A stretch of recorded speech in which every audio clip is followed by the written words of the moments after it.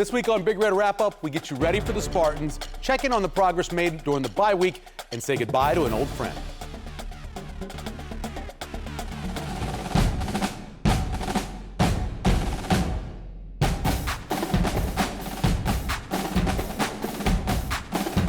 Hi, everyone. I'm Michael Severe. Welcome to Big Red Wrap-Up on Nebraska Public Media. We get Husker football back this week, and we want to hear from you, the viewer. You can connect with us on Facebook, X, our Big Red Wrap-Up page with all of your questions. You can also email or text us at nebraskapublicmedia.org. Our phones are also standing by, ready to take all of your calls. At the end of the show, we'll answer as many of your questions as time permits. Now it's time for our sideline survey. Last week, we asked you, do you feel Nebraska's program is going in the right direction under Matt Rhule? 76% said yes, 18% said unsure, 5% said no, and 1% said no opinion. This week's question, which tier is Nebraska in the Big Ten?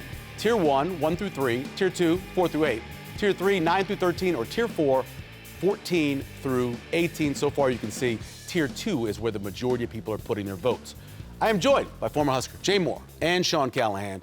Let's start with that. Your thoughts. What tier do you think? Yeah, I think I would agree Tier 2. I think you could put them anywhere from... Because it's Oregon State, Penn State, and Ohio State? Those are the top three you put in there. Then you figure Indiana, Michigan, USC? USC. Do you put Illinois ahead of Nebraska? It's hard because of the blowout loss they had against Indiana. I think I put them... They land 7, 8-ish. It's a toss-up with, Washington's much improved team as well. We'll see how good they are. Yep. But I would say they're anywhere from 6 to 8. But I think my top 4 would definitely be Oregon, Penn State, Ohio State, in no particular order. Yeah. And then Michigan or Indiana, Michigan. Indiana. Okay.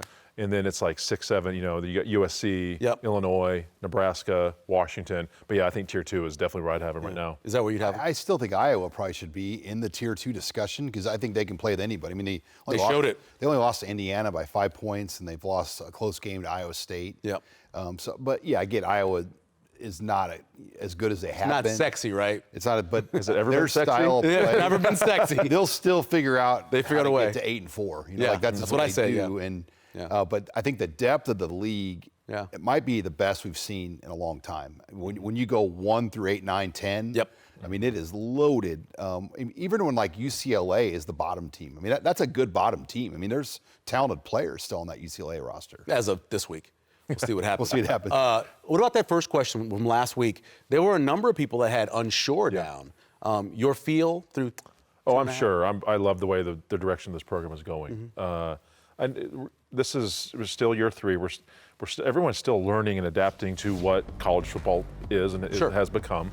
But I am very, very sure that I know that I like the direction. I love the direction of Matt Rhule. I love his energy. I love his presence. I love his commitment to make necessary changes for the betterment of the program. He's had a lot of people that have come along and followed him along. He's made changes.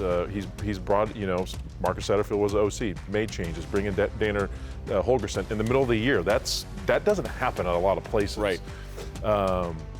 Ed Foley, special teams coach with him for many, many years. I know Ed's still on the staff and still helping out with some NFL scouting, but bringing in Mike Eckler as a special teams coach, he's going to do the necessary things to get Nebraska over the hump and get them where they're going.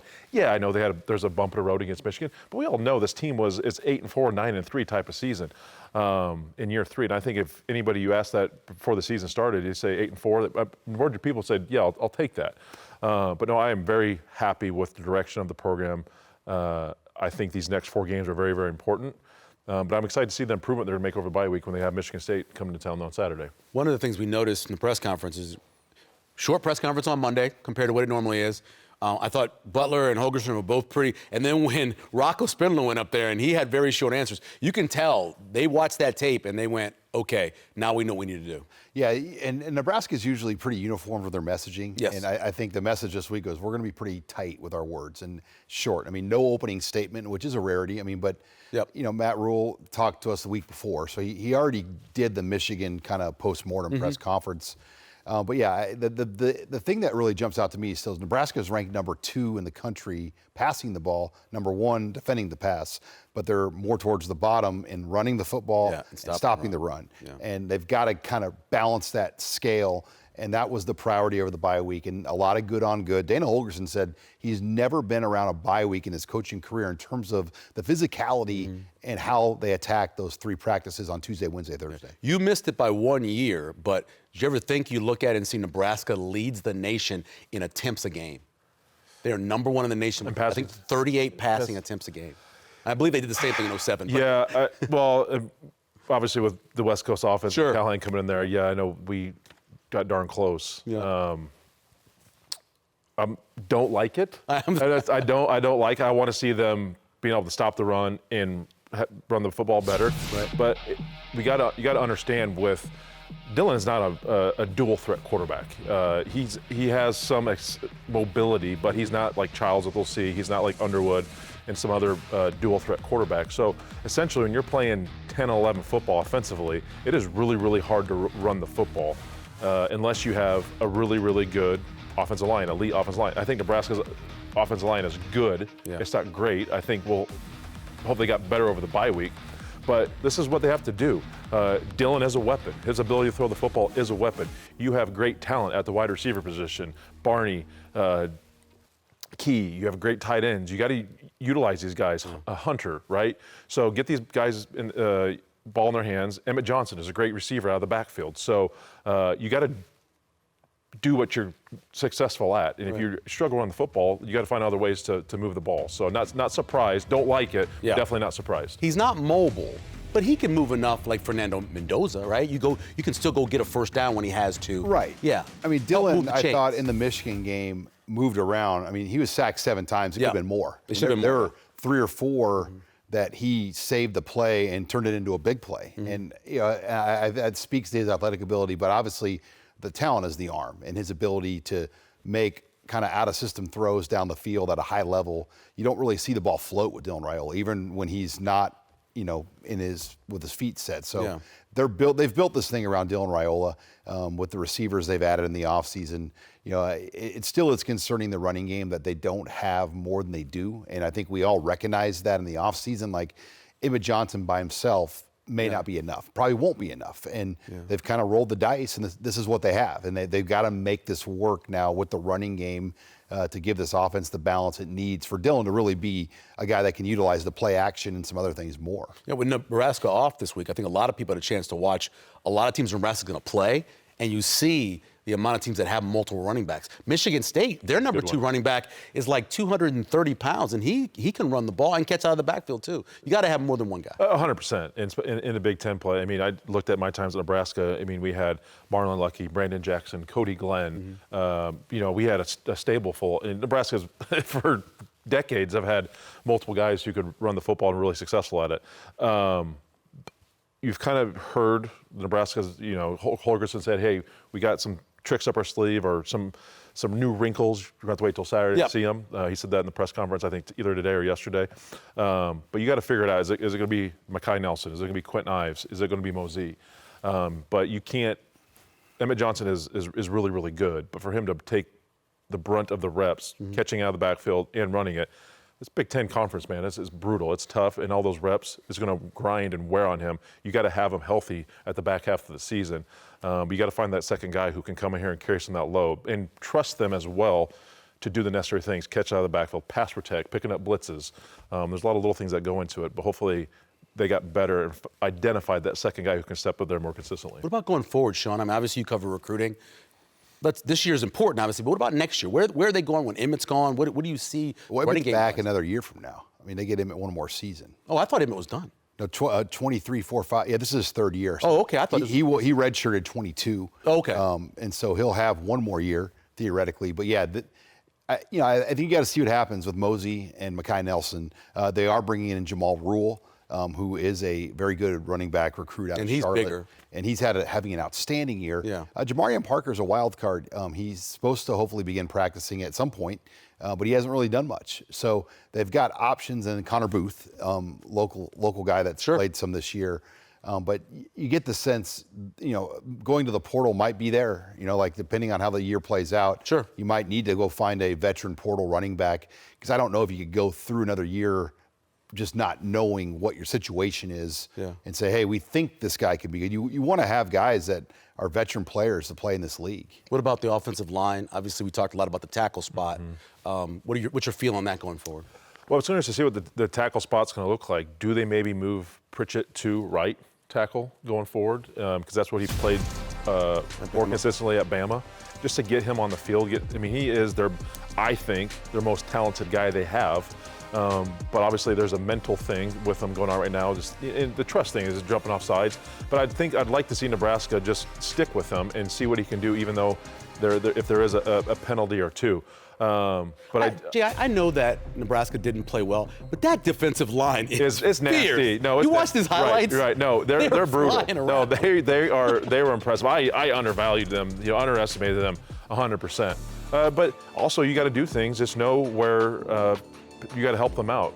If you got to chip them with the back, keep a tight end in there. Nebraska's run a ton of plays. When Holgorsen got here last year, Nebraska did a ton of tight end delays. Keeping Lindenmeyer, you keep Harburg in there, chip away, delay, right? Get everyone back in coverage. I'd like to see that utilized maybe a little more. Dylan can do a little bit of job of step up in the pocket if the inside pocket presence is clean. But ideally, got to run the ball a little better. Dylan's got to get out of his hands quicker, and those tackles just got to protect a little better. But again, I don't know if Nebraska sees another front four they saw against Michigan. Those are Sunday guys up there. But the best part about it, I know Nebraska got better from seeing that type of talent, and they can work going forward off of all that experience they had against that front four Michigan had. Yeah, what about the other side of the line, and look at the way that defensive line is coming around? And Williams and Wary is obviously playing better than most people thought. Yeah, I think the pass rush, so in general, has to improve in terms of getting to quarterbacks, four-man pressures, and what they've been able to do. Keona Davis is another one, and Riley Van Poppel, two younger guys that you had high expectations. I still think we're waiting for them to kind of make that next move. Even Cam Lenhart, a veteran who's played a lot of football, you would love to see him kind of raise his game here now down the stretch. But you got to have numbers. Gabe Moore's kind of been a wild card name that they've inserted out there. They've tried a lot of different things. But it still hasn't produced a consistent pass rush. And I think as they move forward, that will be something that has to improve in the Big Ten. You can't, win very many games if your front four doesn't create natural pressure. Coach Butler talked a lot about guys being in the right spot, having to make the tackles, and having to be able to make sure that they're sticking with their fundamentals. That's what this bye week was for? Yep. Yeah, 100%. You got to get that stuff cleaned up. The stunts, I know that horse is dead. Yep. But it's just fitting off of them, timing of it. How do you fit? Are you forcing the ball outside? Are you playing it inside out? Or are you kind of outside in?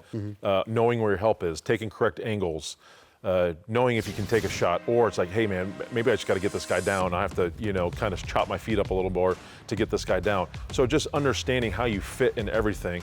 And communication is a big thing too. I think Nebraska had a few busts because they just weren't communicating the right things.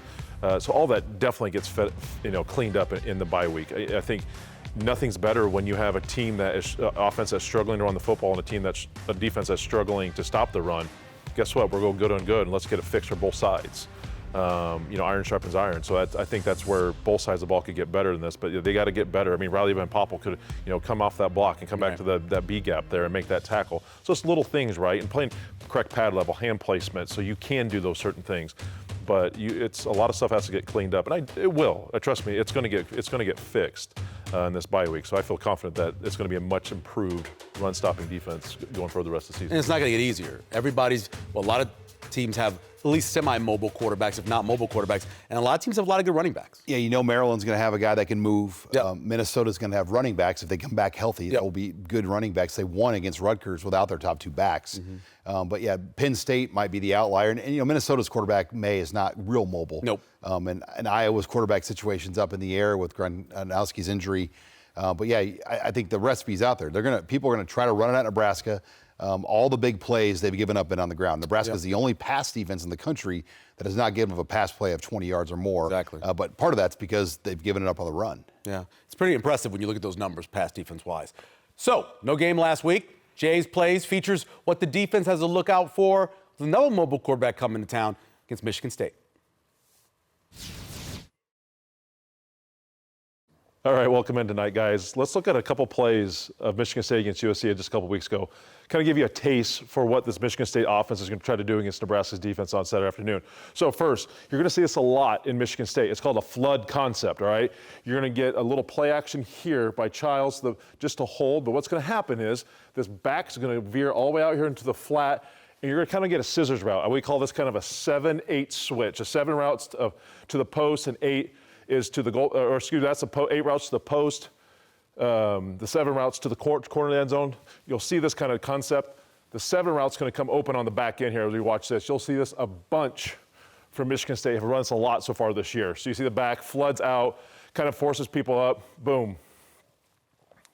Wide open there, 7 points. You'll see that with Childs and this offense a bunch. It's a flood concept. So we've seen this a lot, NFL, college. You want to call it the tush push, whatever it is, but the QB sneak. But Michigan State does a good job of kind of a wrinkle off of it. So see, they'll bring this 12 in motion here. He's going to come up here, act like he's going to get up behind Childs to push like we've seen many, many teams do, especially the Eagles, but doesn't. Is going to kind of get unique here and just bump out here to the flat, and all of a sudden, bam. You'll watch, boom, sneaks out here. Ball's behind the line of scrimmage, so number 8 can block. So pay attention to that concept. Nebraska might see it in short yardage situation on the goal line on Saturday afternoon. But let's send it back to Michael. All right, thanks, Jay. Let's talk some recruiting now with Sean Callahan. Wide receiver commit. You know, we don't talk about commits enough anymore. Let's talk about this commit. Yeah, and this one's kind of out of left field. Jabari Watkins out of Georgia, 2027 wide receiver, has not visited Nebraska yet out of Georgia. And in fact, is now going to be taking a visit this weekend to Florida State. So this is kind of one of those ones where he visited Illinois earlier and has not yet visited Nebraska. Then all of a sudden commits to Nebraska, but then announces this week he is going to be visiting Florida State. So it's kind of one of those ones you don't want to get too excited about, but a pretty big time commitment to a recruiting class already for 2027 that is easily in the top 10 in the country right now. Yeah, Coach Rule traveling all over, even down in Louisiana last week. Yeah, Coach Rule was able to see Ahmad Hudson. They actually played in Midland Lee, the Louisiana team. Yeah. But Ahmad Hudson, one of the top tight ends in the country. Trey Taylor, Nebraska's 2027 quarterback recruit. They were in Chicago. And then Cooper Terwilliger, who will be here this weekend, one of the top tight ends in the country out of Pierre, South Dakota. So those were the 3 places Matt Rule went. I think that's really important to know that these are some of the key pieces. Ahmad Hudson's kind of a long shot, but Terwilliger is a key guy in the 500-mile radius. He has offers from Georgia, a number of top big-name programs. Yeah, pretty awesome. Appreciate it, Sean. All right, let's go to break now. When we come back, we'll have more of Big Red Wrap-Up.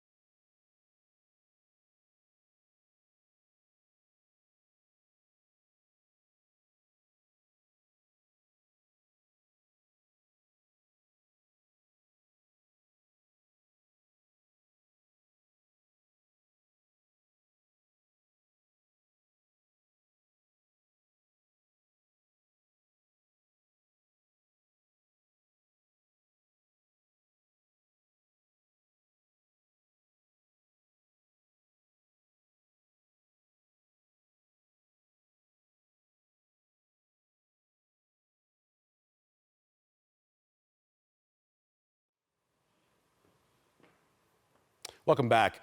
Matt Vrzal, at just 51, passed away last Thursday, leaving behind an incredible legacy. Known for his toughness, candor, and relentless dedication in every role he played in life, Matt was a man who impacted, it was felt far beyond the football field. Born and raised in the 308, Matt's journey from walk-on offensive lineman and national champion stands as a testament to his gift and heart. He played for the Cornhuskers from 93 to 96, contributing to 2 national championships under Coach Tom Osborne.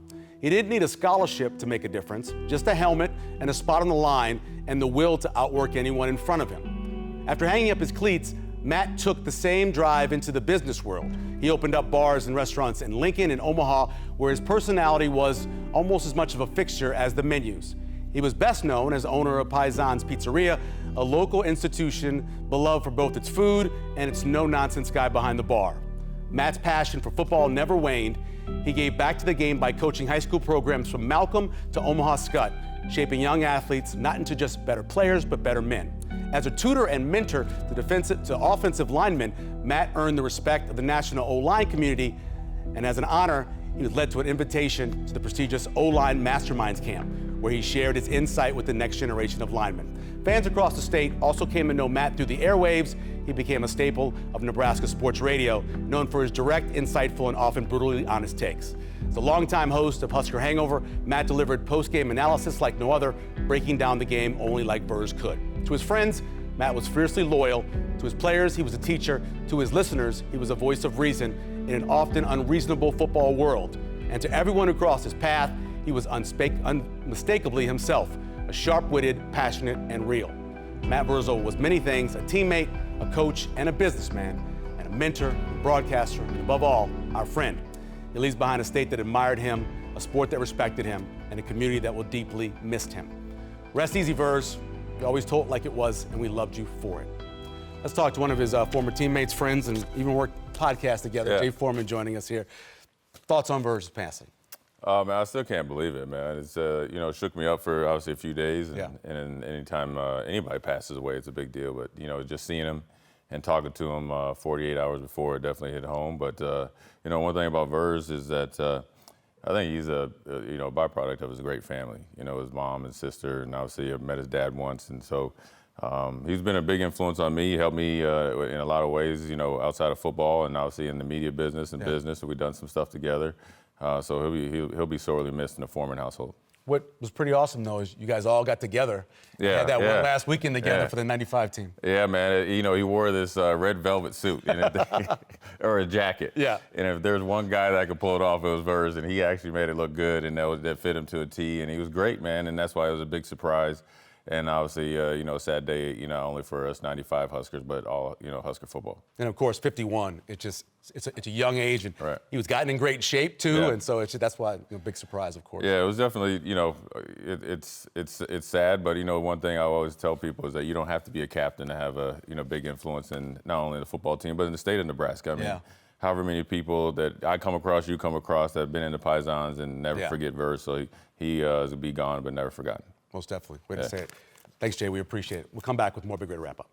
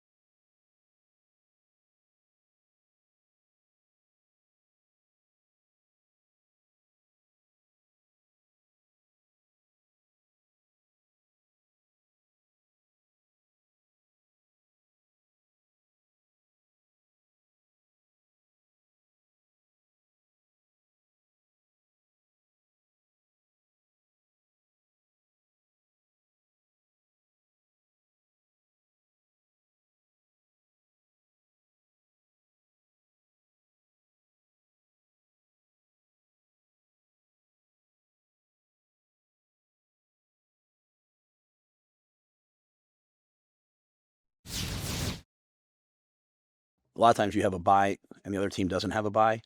So, you're kind of waiting for that next game. But since we both had a bye, there's a lot more work to be done on your next opponent. But I think we're looking at ourselves and saying, okay, what are we doing well? What are we not doing well? And then all I ever ask our guys to do is, what are we doing well? What are we not doing well? Whatever we're not doing well, what's the plan to fix it? Is it to double down and do it better? Is it to tweak it, to change it? And I just ask the guys, are we doing the right things? Are the right people doing the right things? Way back when at Penn State, we were always told, the right defense with the wrong player is never as good as the wrong defense with the right player. They're a good group. They're a good offensive line, and they hit a bad day, and we didn't respond in the way. The interesting thing is I think we scored 17 of our points in the 2 minutes before the half. And obviously one was a Hail Mary, but you still have to block people on a Hail Mary. And then the last drive of the game, right? And so when it was crucial time and it was like, hey, they're going to drop back and pass, like we were able to do it then. So, we're all going to get punched in the face. Some people whine about it. Some people cover up. Some people swing back. And so there were times where we swung back, but we didn't swing back nearly enough. I mean, I think Dylan's playing at a very, very, very high level, right? And so how I call plays, I call what's working. Sometimes you get hit in the mouth, and whether it's, them or, honestly, I don't think that everything was them. I would put a lot of it on myself, and, not being able to, get the football out, I need to make sure that I help them out with that. So, yeah, I think, I knew we had a special team when right after the game we came back in the locker room, and, normally where it's pointing fingers and he did this, you did that. But we just kind of latched on and came together. And from my point of view, is just making sure that guys aren't making excuses for themselves, and making sure that they understand that it's our responsibility. No one's going to come hand us anything. So we wouldn't want it any other way. Huskers football is important to most that live here because of the love of the game, but it also is a job to a lot of people due to its giving boost in the economy. Memorial Stadium, Big Red football fanatics. It supports the Lincoln economy, especially in the Haymarket. Businesses, the Big Ten Sports Bar, Cater Brewing rely on fall Saturdays to survive. Majority of business in the fall is definitely focused on home football games. There's only 7 of them, so between staff and the business itself, game days are essential. Game days are everything for our business. It is busy season for us. A regular Saturday is all right, but a game day is a whole different world. We tailgate, we've got live music, we set up extra bars. Instead of 2 bartenders, I've got 20 bartenders on staff, so it's just a great party. It's amazing for sales, it's amazing for getting money in the bartenders' pockets and just having a great time. College football on any campus across the country is big business. It's no different here than it is anywhere else. Husker football, Husker athletics means a lot to our economy. Right now, for everything we've ever looked at as far as economic impact from the Bureau of Business Research years ago, a football Saturday, a football weekend, a one weekend experience is anywhere from $4 to $5 million, if not more, depending on the opponent. Since the conference move in 2011, the opponents have changed, creating even more business in the community. I think the move to the Big Ten has been substantial. You bring in a lot of teams that have been traditional powerhouses, your Michigans, your Ohio States, your Penn States. We could keep going on down the line. The Big Ten is strong top to bottom. It's brought back excitement for college football in this community, and it's something growing up in the city of Lincoln for me. I remember the old days of the Big 8 and the Big 12 and the rivalries that we had. I feel like the rivalries are a lot different now. We're bringing new visitors to our community from across the country that have never experienced Lincoln, Nebraska. So this year I'm looking forward to Michigan and Michigan State. I think those are going to be our bigger Big Ten games, and then also Iowa's here again this year. 2 years ago was Michigan, last year was Ohio State. Those are the biggest ones. Colorado was obviously crazy. Opponents matter, but anything Husker football rings the cash register, and no spring game left them very quiet in April. Oh, that really sucked. Spring game, Husker fans treat a spring game just like a home game. So there's usually tons of people coming in. All the bars, the restaurants, the hotels are used to all of that business every year. And just to not have that on a Saturday in the springtime, it really hurts our sales goals for the year. Spring game is usually that 8th home game where, the stadium is still 3/4 full most of the times and then more family oriented, but that's a schedule +1. That +1 is a spring game. It gives people in the community a chance to go statewide to a Husker football game if they're not a season ticket holder. It excites our local retail, our restaurants. It's, again, one more home game experience. where you know it's the opportunity for a lot of people to bring back people into the Haymarket, across our community, to staff all different outlets in the tourism community. And as much as that hurt, the true key to more spending around the neighborhood and the city is improvement on the field. People like a winning team, and I think the important thing is when we're winning, people are coming in and spending more money in the community. We talk about the good old days of bringing people in, coming in Thursday and Friday nights, 2 and 3 night stays in our hotels. When the competition is good, when people have a really good feeling we're going to win, they're going to be in that building now the entire game. They're not going to go home early. And so I think that keeps people into our community a lot longer. People come in on what we call shoulder dates, the day before and stay a day later. I think we've got an amazing tourism base, lots of great things to do in this community, and we are a very affordable destination. So I'm ready to keep this thing rolling and keep the excitement in this community for Husker Athletics. Memorial Stadium is shown to be a great venue for more than football. For concerts, outdoor volleyball, could there be even bigger events to come? We want to do those things here in Lincoln, Nebraska, and Troy Dannon has brought energy, enthusiasm. The whole athletic department is interested in doing things more than just within that football window. And I think Volleyball Day in Nebraska really proved the point that we can do things there. We've had big concerts in recent years, and of course for me growing up, I remember Farm Aid years ago at Memorial Stadium. And so you've got an amazing event venue, brings a lot of people to town, so it makes sense to have those conversations and start to figure out a way to invite more non-sports events to Memorial Stadium. And a Bud Crawford fight could be the biggest event of all. We've joked for years, and we've talked in local media that we would love to have Bud Crawford fight at Memorial Stadium. And I think from a tourism standpoint, what I get paid to do each and every day would be to make sure that we're on the other end of a phone call if somebody calls and said Bud wants to fight in Lincoln.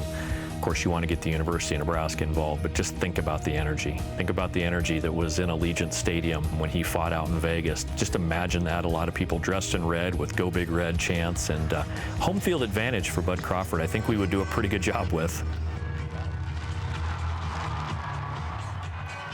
All right, last week's trivia, 2016 Husker team played 2 more ranked teams after they beat Oregon, lost both on the road. Who were those 2 teams? And what were those teams ranked at the time? The answer was 11th ranked Wisconsin. We all remember this, overtime, 23-17. And then 6th ranked Ohio State, 62-3. This week's winner is Steve Grant from Council Bluffs. Steve, of course, wins the book by Sean Callahan. And that's what you would win if you get it right. Sean Callahan's new book about the Huskers, the program, Nebraska Curated History of the Cornhuskers. This week's winner will be announced on next week's show. Here is this week's trivia question. What year did Big Ten add Michigan State, and what was the name of the conference before they added the Spartans? Interesting. Let's do Husker history. Takes us back to 95 and 96 seasons when the Spartans and the Huskers played a home and home, and it went pretty well for Nebraska. In 1995 in East Lansing, the Huskers topped Sparty 50-10. You see Lawrence Phillips running wild. And the return game was pretty much blowout as well, 55-14 in Lincoln. In both those games, today's guest was a stud linebacker. Jay Foreman joining us here on the set. Jay, thinking back to those 2 games, and I know I've heard Jason say before that after that, Saban and those guys came down to watch how you guys practice, but what do you remember from those teams? Oh, man, Nick Saban recruited me, so I remember that. Yeah. And I remember my dad telling me he wouldn't be there that long, and I think he left right after that It was season. right. And I played with some of those guys. They had some really good teams. I mean, really good players. They had Cedric Irvin and all those guys. And, I just think after that game, I think it really cemented, where we were going. But they were better than, obviously, than when we beat them. They had Flozell Adams, who was, at that point, the biggest human I ever seen in my life. And they had some other guys that could really play as well. Yeah. Jay, let's dive into what Nebraska needs to get better during the bye week, and obviously stopping the run defensively. You look at, I've had a hard time deciphering how they're trying to attack this. Yes, Nebraska needs to get better playing up, getting off blocks, tackling, but a lot of defenses I've been involved in play the run, they force it inside out, make it bounce, right? But sometimes it seems to me, and you can correct me if I'm wrong, but Nebraska sometimes likes to box it and kind of keep it inside. Do you think it would benefit them to maybe play more inside out, or is it a factor of guys just need to have better technique, get off a block, and make some tackles too? Well, I think, you're right on point there, Jay. I played in both. And so when you've done it one way, in college, we kind of box it in and condense the formation. When you get to the NFL, when you play that Tampa 2, you're sending everything to the sideline. So I think you can mix both.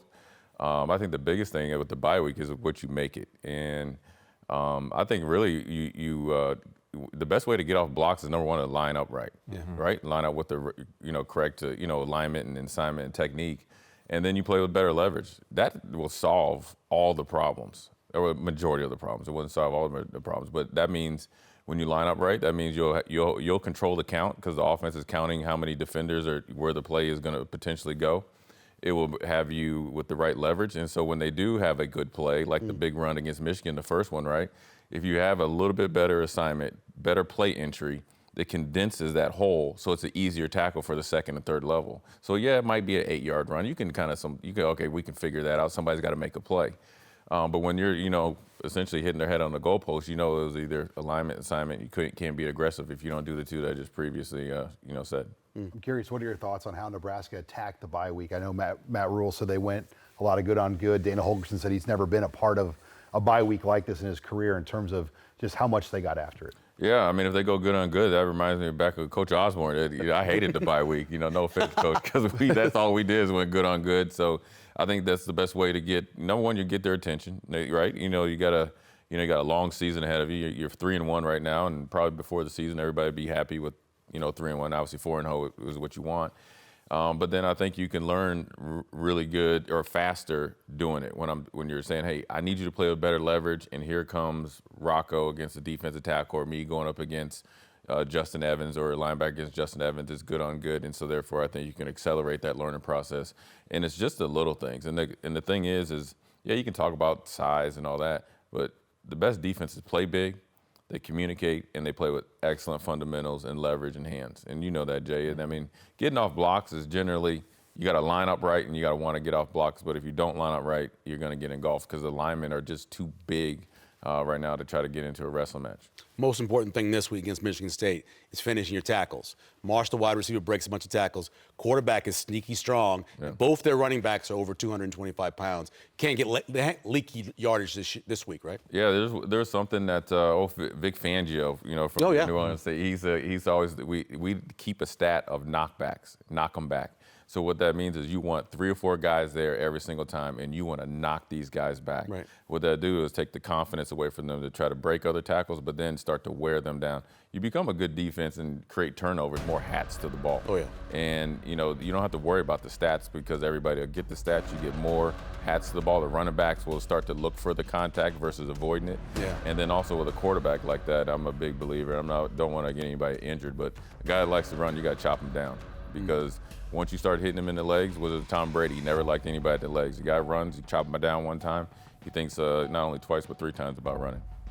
Let's flip the side. Nebraska's thrown the ball a ton this year. You got to utilize Dylan's arms and his capabilities, a lot of strength at the wide receiver, tight end position. But I've talked, Nebraska's obviously struggled to run the football, but it's tough when you're playing essentially 10 on 11 football with Dylan not a threat in the run game. Sure. Put yourself facing Nebraska's offense and knowing that you don't have a mobile quarterback and just your ability to get downhill, and you really don't have to worry about any inside-outside zone keepers with a QB, and you don't have to read that mesh point, and you just can get downhill and go make a play on that running back. I mean, that's it's funny is Dylan's the first pocket quarterback we've probably had since. Zach Taylor? Zach Taylor, right? Yeah. I was going to say Vince Ferragamo. Zach was definitely a pocket quarterback. Zach Taylor, no disrespect, Zach. But then everybody, since we face a mobile quarterback, really need one. And Dylan, the one thing I think that what made Tom Brady, and I always say Dan Marino's the best quarterback that I ever played against, was his pocket presence and ability to avoid it. And then he would get those sneaky first downs. Those quarterbacks are more dangerous to me than the ones that run around all the time. Yeah. And I think what you have to do with Nebraska's offense is no different than defense. It's leverage, right? It's pad level. It's going there with the intention and the I guess, ferociousness or whatever you want to say to block somebody. So that will get you more push. And then, of course, I'm sure we need to hit the holes and stuff. So then it'll allow Dylan to pick and choose when he runs, right? So you get out there, and so say you need a 3rd and 4, run it, extend it. Then you get to kind of be on schedule versus being kind of always playing defense against that Michigan defense that was essentially blitzing and running a lot of line stunts. And speaking of Dylan, protecting Dylan's a big part of it too. He was sacked 7 times, hurried a bunch against Michigan. We might see some changes on the O-line, a lot of chatter about Elijah Pritchett. What's your feel for Pritchett? How far away is he, and what type of ceiling does he have if he plays at the potential? He's got potential is there. I mean, you just look at the dude. I mean, he's put together. He's got quicks. He's got strength. You don't go to Alabama and start, I think, as a true freshman for 2 years, right? He started for 2 years in a row, and you're playing against the best of the best, and you're coming to another league to play in the best and the best. So now I think for him, it's just going out there and doing it. And if he really just plays hopefully he has a higher standard than anybody else, then you'll see an uptick in the run game and in the pass protection. And I think the best pass protection generally is a better running game. You can fix that by improving your technique. You're not going to get the pipeline to come in. It's not the NFL where you can make a couple of trades. Right. So I think the guys just, as long as they play better, that'll allow Dylan to play better, and then they'll be able to pass protect better. When you aren't moving guys off the line and they force you to pass, and anybody knows that Wink Martindale, that's what he wants to do. They're able to kind of run the same line stunts with a variety of personnel, packages, and really can confuse you, and that's what really happened against Michigan. He didn't get off to a good start, efficient in the run game, and then put you behind the 8 ball. My big concern is Nebraska, again this year, has had successful drives. They're 120th in the country once they get to the 20, though. Yeah. How do they score from the low red zone? I personally would like to see some condensed sets, some bunches, and run some picks because they don't call it on you. What do you want to see Nebraska do? We used to call it mesh routes, or get Barney, isolated against a Jay Foreman. We used to call it a NIF or fin route, essentially option route. Jerk route on you. Jerk, whatever you want to call it. They got 85 names. Yes, they do everything. Right. They run the same plays, by the way, for everybody. You want to see some of that, but then also I think, the one thing that I remember, Coach Osborne, and then, Vic Fangio used to talk about the coordinators. When you get down and we used to call it the money zone. Every coordinator calls it something different.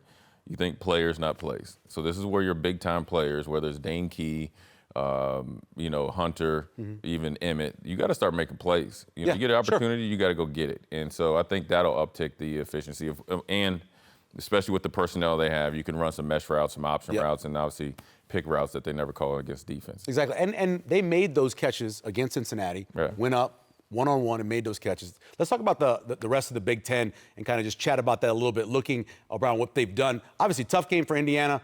Anytime you go to Iowa, it's going to be a tough game. They're going to make it a slog. 20-15 and after that safety to help the 6.5 cover. I'd appreciated that. Happy Valley, James Franklin, of course, lost again to a top 10 team. And Oregon, even with the Nittany Lions loss, Indiana's close win. The Big Ten still has 4 teams in the top 10 of the AP poll, which is crazy to think about. You've got, of course, Ohio State at the very top. Oregon moves to number 2, Penn State at 7, and Indiana at 8. Michigan moves to 20, Illinois at 22. Let's look at what's coming up for the Huskers after the bye week.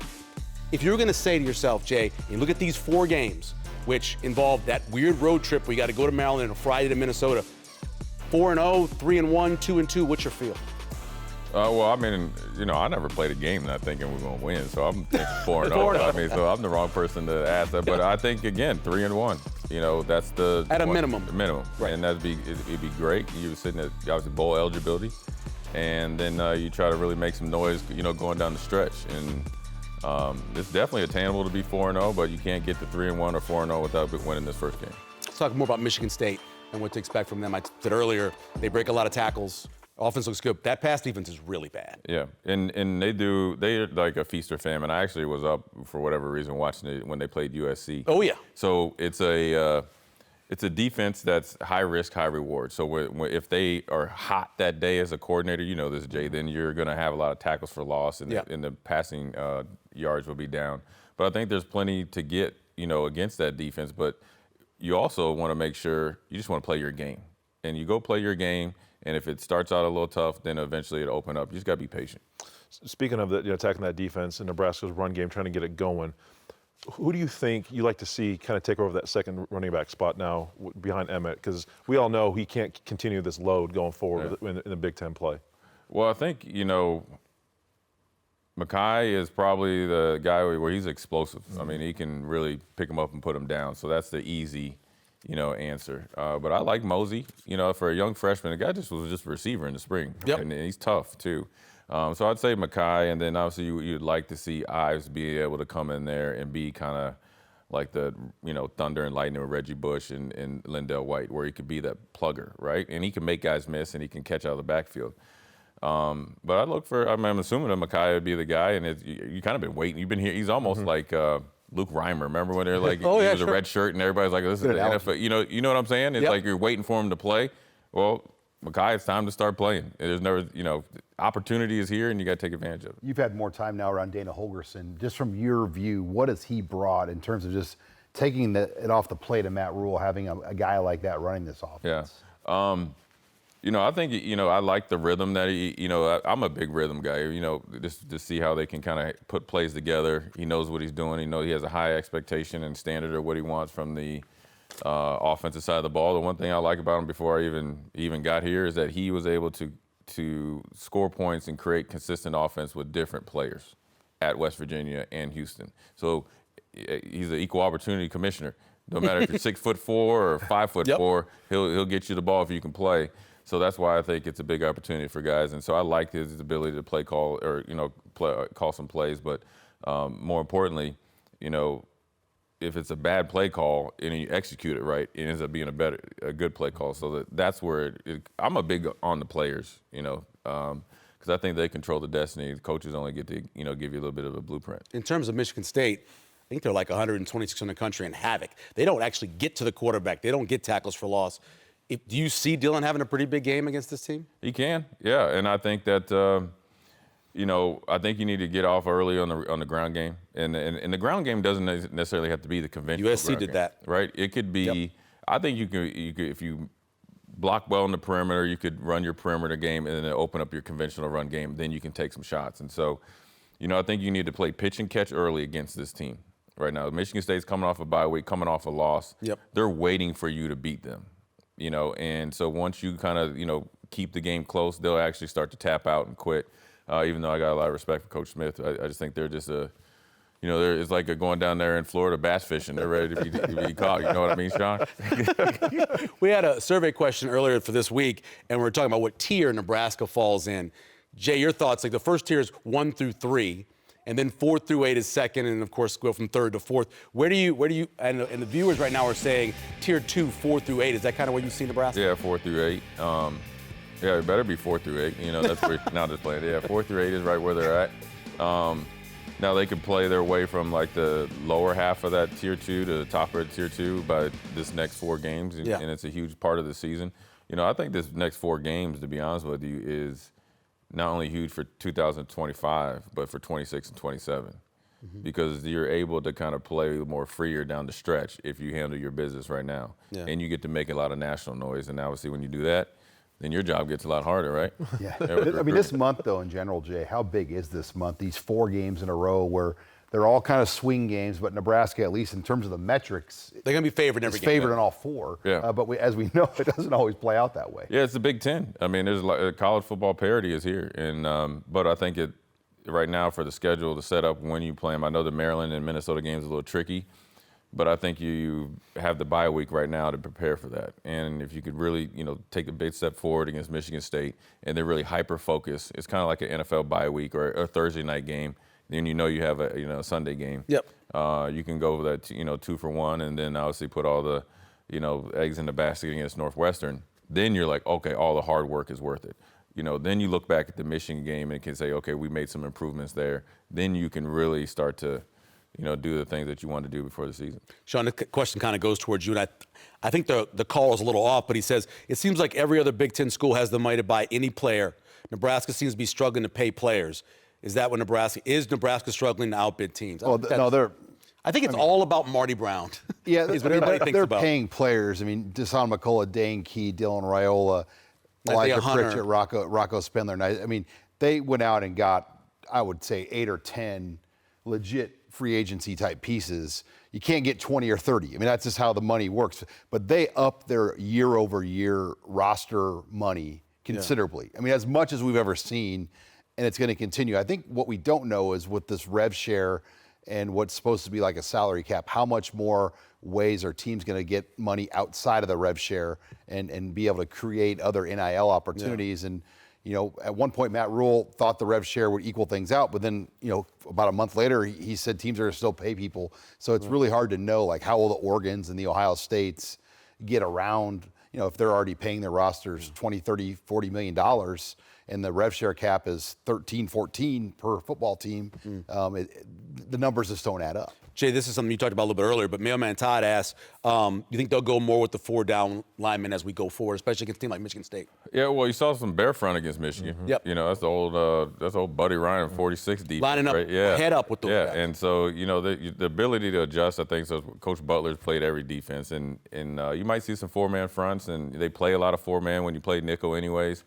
I played in defenses where we're 3-4 personnel, we played 4-man, you know, fronts. And so really it's going to – I think the more you can do is a plus. But the most important thing is you have to execute. The execution level comes up. You can play with 2 guys out there. Hey, I've seen in the NFL game, the Philadelphia Eagles, Fangio. I was part of the time where we didn't have a defensive lineman in there, and we all were just running around. The amoeba, right? That amoeba that the Jets used to run. Yeah, so you can do anything as long as you execute it. So I think you might see some more 4-man fronts. I think they're potentially getting healthier. You would know more than that with was it Gabe Moore and those guys, right? You know, from Mississippi State. Yeah, Gabe Moore's been back in there. So. Yeah, so you're able to kind of maybe mix in some different type of fronts. I think this one has to go to you, Jay, because what are your thoughts on beer being sold in Memorial Stadium this year? Have you had a chance to have a $12 beer? No, I haven't yet. I haven't gone to a game. Too cheap. No, that's not true. Not true. He's bought stuff from you before. Listen, I haven't been to a game yet this year. Might go to. There's a chance I'm at this one on Saturday afternoon. I think it's great. It's revenue for the university. It's for everywhere you go. Yeah. You know, it's been at the basketball, the facility at PBA. Haymarket Park. Haymarket, right? So I'm a fan of it. Who doesn't want a cold beer watching football, man? That's American, right? Nebraska was the last venue in the Big Ten to have beer sales. So it was about that time. This is not like some novelty that's new to Lincoln. We're the last ones to get on with it. I remember going to Texas game and they had wine. They had red and white wine. This one goes to you, Jay, and it's unfair. A question by Adam off Facebook. He goes, I don't think Nebraska football will ever be as dominant as they were in the 90s because college football back then is different than now. Is that true, you think?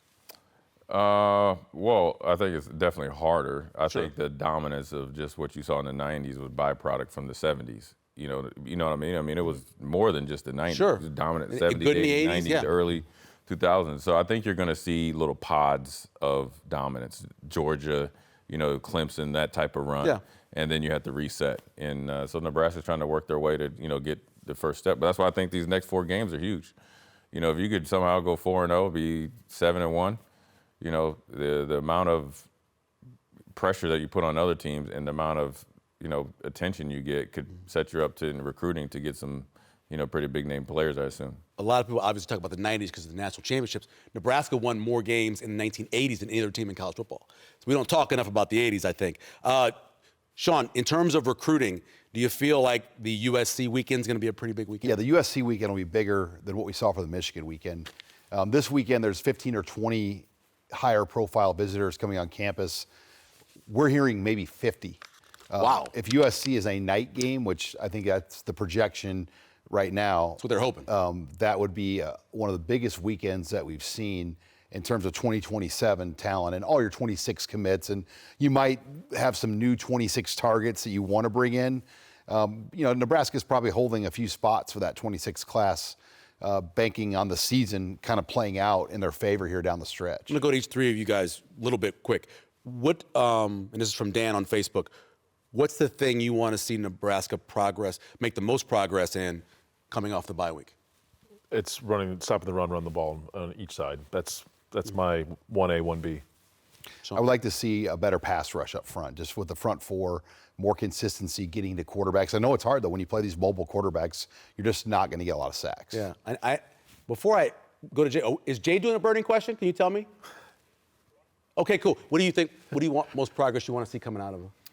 I want to see tackles for loss. There you go. Yeah, I want to see more tackles for loss. I want to see by multiple guys where the biggest question is who got the tackle. I want to see that. Yeah, sitting at 12th right now in the Big Ten. Do you know what burning question is? You throw out a question, look at the camera, and tell us what your burning questions for this week. Throw it at you. How many tackles are the linebackers going to have total? That's it. That's my burning question. It better be over 20. There you go, Sean. My burning question is, can Nebraska's offense have the balance it needs to win here in the Big Ten Conference, especially in the months of October and November? Dylan Raiola getting off to a fast start. Michigan State's not good at defending the pass, get off to a quick start, and that will open up the run game hopefully for the offense. My burning question stays the same every week. Can Nebraska score in the low red zone? Too many times they're not getting touchdowns, not even getting field goals for 3 of those drives. For our picks, how the season will go, we'll check the prediction and Facebook at X on Big Red Wrap-Up's webpage. Also a reminder, next week's game on TV, of course, will be another afternoon start against Michigan State. It's Saturday, October 4th at 3 p.m. Central on FS1.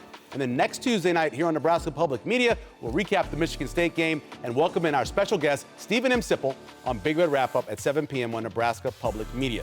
You can also tune in on Facebook Live, YouTube Live, and our website, nebraskapublicmedia.org. And if you have any fond memories of big high school games, High School Classics is back for a new season, and new episodes drop each and every Wednesday. Our thanks to Jay Foreman, and for Jay Moore, Sean Callahan, I'm Michael Severe. We'll see you next week on Big Red Wrap-Up.